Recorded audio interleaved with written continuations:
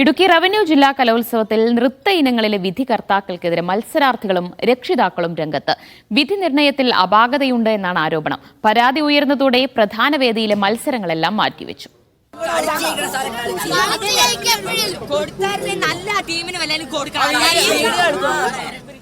കഞ്ഞിക്കുഴിയിൽ നടക്കുന്ന കലോത്സവത്തിലാണ് നൃത്ത ഇനങ്ങളിലെ വിധികർത്താക്കൾക്കെതിരെ പരാതി ഉയർന്നത്. ഭരതനാട്യം, കുച്ചിപ്പുടി, തിരുവാതിര, നാടോടി നൃത്തം, സംഘനൃത്തം എന്നിവയിൽ അർഹതയുള്ളവരെ തഴഞ്ഞെന്നും മുൻധാരണ പ്രകാരം വിജയികളെ പ്രഖ്യാപിക്കാനുള്ള നീക്കമുണ്ടായെന്നുമാണ് ആരോപണം. ഇടുക്കിയിലെ ഒരു നൃത്താധ്യാപകൻ വിദ്യാർത്ഥികളെ സ്വാധീനിച്ചെന്ന പരാതിയും ഉയരുന്നുണ്ട്. ഇടുക്കി ജില്ലാ കലോത്സവത്തിൽ കുമാർ മാഷിന് മാത്രമാണ് ഇപ്പോൾ കുട്ടികൾക്ക് പ്രൈസ് ഉള്ളൂ. ബാക്കിയുള്ളവർക്ക് 1ാം സ്ഥാനമില്ല, 2ാം സ്ഥാനമില്ല, 3ാം സ്ഥാനമില്ല, ഒന്നുമില്ല. അതിന് താഴെയാണ് ബാക്കിയുള്ള കുട്ടികൾക്കെല്ലാം പ്രൈസ് ഉള്ളത്. ഇത് കഴിഞ്ഞ തവണ ഈ ആരോപണം നമ്മൾ ഉന്നയിച്ചപ്പോൾ തെളിവ് വേണമെന്നാണ് എല്ലാവരും പറഞ്ഞത്. ഇന്ന് തെളിവോടെ ഞങ്ങൾ ചെന്നിട്ടും DD ഉൾപ്പെടെ അത് ആർക്ക് വേണമെങ്കിലും ചെയ്യാമെന്ന് ഞങ്ങളോട് പറയുന്നത്. ഇവർക്കൊരു ഗ്രൂപ്പുണ്ട്, ഈ ജഡ്ജസ് മാത്രമായിട്ടൊരു ഗ്രൂപ്പുണ്ട്. അതിൻ്റെ അഡ്മിനാണ് കുമാർ മാഷ്. ഈ ഗ്രൂപ്പിലാണ് ഈ കാര്യങ്ങളെല്ലാം നടക്കുന്നത്. ഈ കാര്യങ്ങളെല്ലാം കിട്ടിയതിന് ശേഷമാണ് ഞങ്ങൾ ഇങ്ങനൊരു പ്രശ്നം ഉണ്ടാക്കി വന്നത്.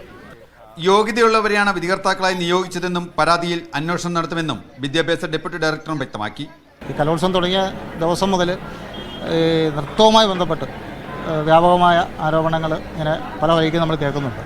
പക്ഷേ ഈ വരുന്ന ജഡ്ജസ് മുഴുവൻ അപാകതയുള്ളവരാണ്, അഴിമതിയുള്ളവരാണ് എന്നുള്ളൊരു ആരോപണം വളരെ വ്യാപകമായിട്ട് വന്നതിൻ്റെ അടിസ്ഥാനത്തിലാണ് നമ്മൾ ഇന്നത്തെ പ്രോഗ്രാം ഒന്ന് മാറ്റിവെച്ചത്. ഇല്ല, നമ്മളത് വിജിലൻസിൽ കൊടുത്തിരിക്കുന്ന കേസാണ്. അതേസമയം മുൻ വർഷങ്ങളിലും സമാനമായ ആരോപണങ്ങൾ ഉയർന്നിട്ടും തുടർ നടപടികൾ ഉണ്ടായിട്ടില്ലെന്നാണ് രക്ഷിതാക്കളുടെ പരാതി.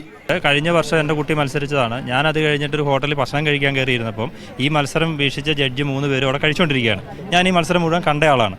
അങ്ങനെ അത് കണ്ടുകൊണ്ടിരുന്നപ്പോൾ ഈ ഹോട്ടലിലിരുന്ന് ചായ കുടിച്ചുകൊണ്ടിരുന്നപ്പോൾ ഇവർ പറയുവാണ്, അർഹതപ്പെട്ട കുട്ടിയെ മാറ്റി നിർത്തിയിട്ടാണ് ഞാൻ കൊടുത്തിരിക്കുന്നത്, ചെലവ് ചെയ്യണം കേട്ടോ. തൊട്ടടുത്ത ടേബിളിൽ ഞാനും എൻ്റെ ഫാമിലിയോടെ കഴിച്ചുകൊണ്ടിരിക്കുകയാണ്.